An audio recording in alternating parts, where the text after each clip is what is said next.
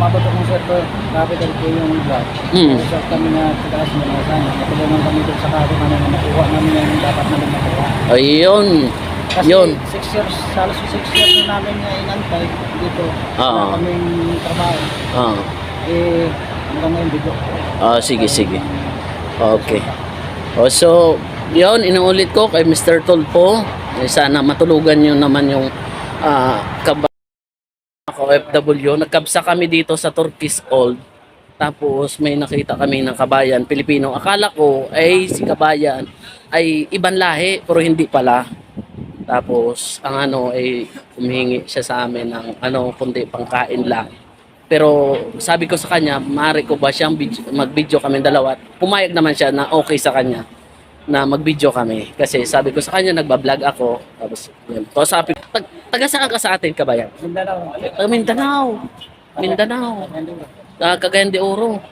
Yun, taga Mindanao. Ako naman kabayan, taga Aklan. Nagsisimula ako mag-vlog. Pero ikwento na natin ngayon kasi nagbablog ako. Kung kwento natin kung anong nangyari sa atin dito saan. Ano nangyari sa company na nagsakan ng company? Oh, yun. Kung nagkabagsakan ng company, nagpaila kami ng kaso. Oh, yun. Kaya yung kaso namin, yung decision na yun. Oo. Pero hindi pa naibibigay yung para sa inyo. Mula 2017 na nag-file kami ng case, hanggang ngayon hindi pa Oo, yun talaga. hindi ka naman basta-basta makalipat kasi tama naman, 4 years na. Iba nga, 5 years na experience. Oo, yun. Kaya hindi talaga makalipat din si kuya, si kabayan ng ibang trabaho kasi malaki na yung penalty sa kanyang ikama. Nagbukan ko naman Kaya- lipat sa ibang company, kaya lang ganyan. maayaw yung company. Oo. Sa ngayon, ano yung hanap buhay mo dito? Wala. Nag-extra, pwede ba mag-extra? Kung may extra, yan. Yun. Kami pag wala, wala. Yun, si kuya nag-extra na lang para may pangkain din at the same time magkapagpadala din. Kaya Itong vlog mo, nakadating ko kang capital ko. Yun. Kami nakataas nila.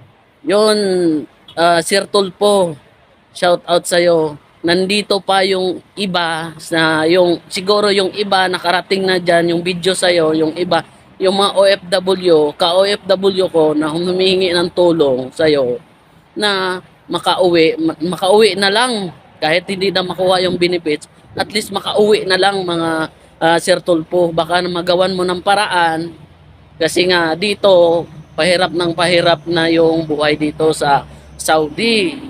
Kaya sana matulungan mo Sir Tulpo at sana may makatulong kay kabayan kung sino man yung may gintulong ang puso, sana may makatulong si kabayan. Saan ka ba makikita dito in case na may yung kampo namin nung asmin ng dulo. sa one Hindi rin kami pinalayas ng company. Oo. Kung sino yung may gustong tumulong kay kabayan, sana dito lang sila sa Asmil compound din.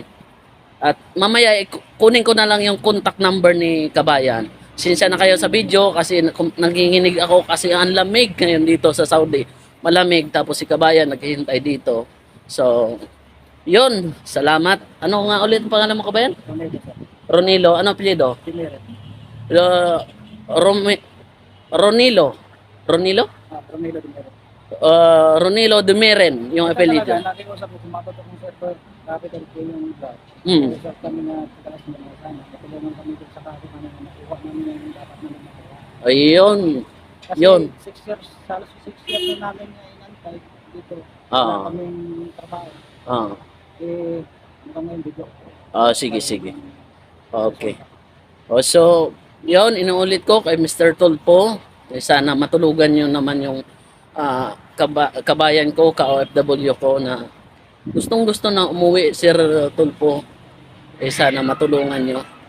And God bless po. At sana sa may mga kapanood nito, pakishare na lang at pakitag na rin kay Sir Tulpo na meron pa talaga mga OFWs dito na gustong-gustong umuwi at makuha yung benepisyon man lang sana.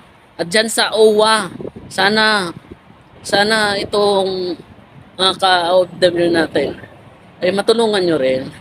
Okay, pasensya na po. At mag-end of videos na po ako. Salamat po mga ka-OFW. At pa-share na rin ang video na ito sa mga kapwa ko OFW. God bless po.